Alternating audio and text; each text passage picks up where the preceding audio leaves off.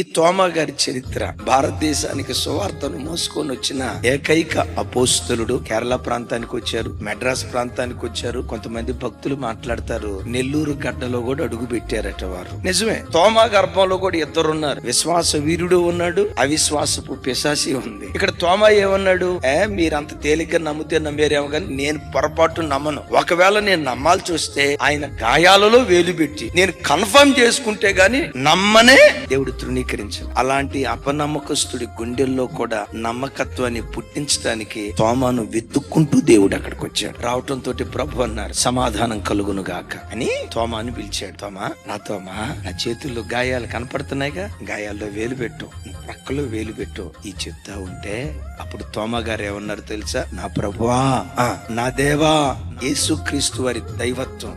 చూడండి, ఒక అద్భుతం. అనుమానపుని ఎంత ఆశీర్వాదకరమైన వాడిగా దేవుడు మార్చాడో చూడండి. ఈ అనుమానపు తోమ దేవుని చిత్తానుసారంగా ఇండియా దేశంలో దేవుని వాక్యం ప్రకటించడానికి దేవుని యొద్ద నుంచి సిగ్నల్స్ వస్తూ ఉన్నాయి. నువ్వు అక్కడికి వెళ్ళాలి. మెట్టుకు కేరళ ప్రాంతానికి వచ్చాడు. అద్భుతం. తోమా గారి ద్వారా భారతదేశంలో కేరళ ప్రాంతంలో 7 మందిరాలు కట్టబడ్డాయి. ఆ తర్వాత మెడ్రాస్ ప్రాంతంలో మైలాపూర్ అనే ప్రాంతంలో తోమా గారు అడుగు పెట్టాడు. చాలా సంవత్సరాలు అక్కడ సేవ చేశాడు. ఇలా జరుగుతున్న దినాల్లో మెడ్రాస్ ప్రాంతాన్ని పరిపాలన చేస్తున్న రాజు తోమా గారిని విపరీతంగా ప్రేమించాడట. నువ్వు ఏం కావాలంటే అది కోరుకో, ఇచ్చేస్తా అన్నాడట. కానీ నీలో ఒక లోపం ఉంది, దాన్ని దిద్దుబాటు చేసుకుంటేనే నేను వస్తా. నీకు ఎంతమంది భార్యలు అన్నాడట.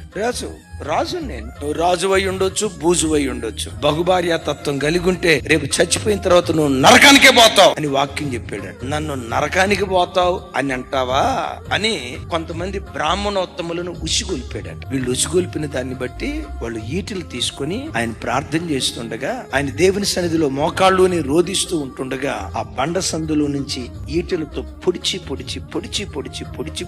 చచ్చిపోయాడు అని వదిలేసి వెళ్ళిపోయారు. ఆ గాయాలమయమైన శరీరంతో ఆ గుహలో నుంచి ప్రాక్కుంటూ వచ్చి సెయింట్ థామస్ మౌంట్ మీద ఒక సిలువ ఉంటది. ఆ సిలువను అలా పట్టుకుని ఈ రక్తాపరాధం వాళ్ళ మీద మోపకయ్యాని కన్నీళ్లు విడుస్తూ ప్రార్థన చేస్తూ ఆ ప్రార్థనలోనే ఆఖరి శ్వాస విడిచిపెట్టాడట.